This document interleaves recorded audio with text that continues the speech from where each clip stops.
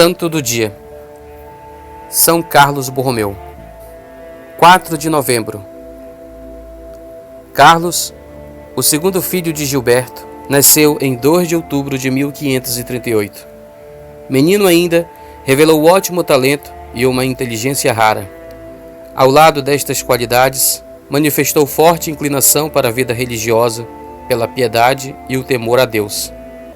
Ainda criança, era seu prazer construir altares minúsculos, diante dos quais, em presença dos irmãos e companheiros de idade, imitava as funções sacerdotais que tinha observado na igreja.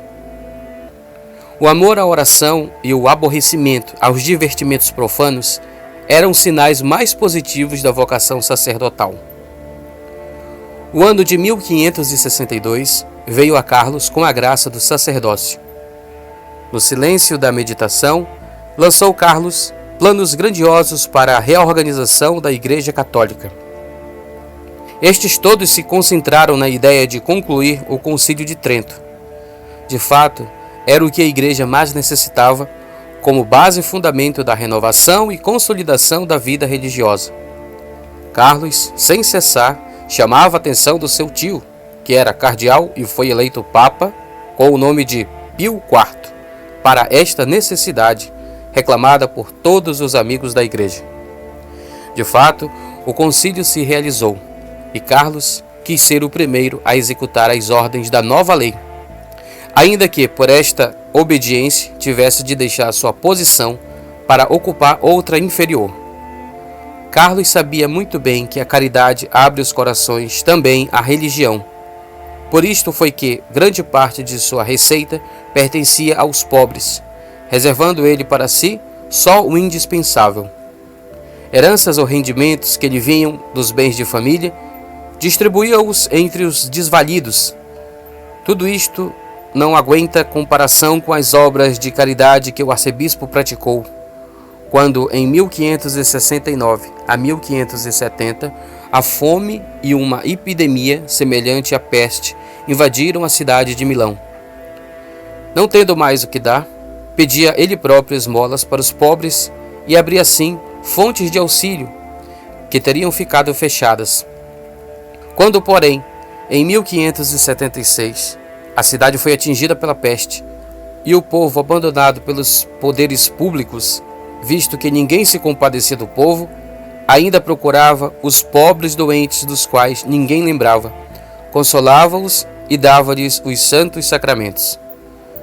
Tendo-se esgotado todas as fontes de recurso, Carlos lançou mão de tudo que possuía para amenizar a triste sorte dos doentes.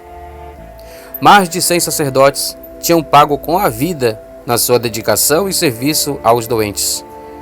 Deus conservava a vida do arcebispo e este se aproveitou da ocasião para dizer duras verdades aos ímpios e ricos esquecidos de Deus. Gregório XIII não só rejeitou as acusações infundadas feitas ao arcebispo, mas ainda recebeu Carlos Borromeu em Roma com as mais altas distinções. Em resposta a este gesto do Papa, o governador de Milão organizou no primeiro domingo da Quaresma de 1579 um indigno préstito carnavalesco pelas ruas de Milão, precisamente à hora da missa celebrada pelo arcebispo. O mesmo governador que tanta guerra ao prelado movera e tantas hostilidades contra São Carlos estimulara, no leito de morte, reconheceu o erro e teve o consolo da assistência do santo bispo na hora da agonia. Seu sucessor, Carlos de Aragão, duque de Terra Nova, viveu sempre em paz com a autoridade eclesiástica. O arcebispo gozou deste período só 2 anos. Quando, em outubro de 1584, como era de costume, se retirava para fazer os exercícios espirituais, teve fortes acessos de febre, aos quais não deu importância e dizia: um bom pastor de almas deve saber suportar 3 febres antes de se meter na cama.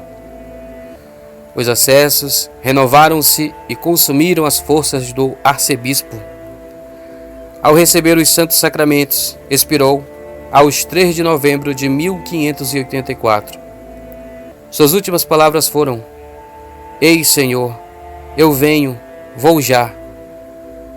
São Carlos Borromeu tinha alcançado a idade de 46 anos.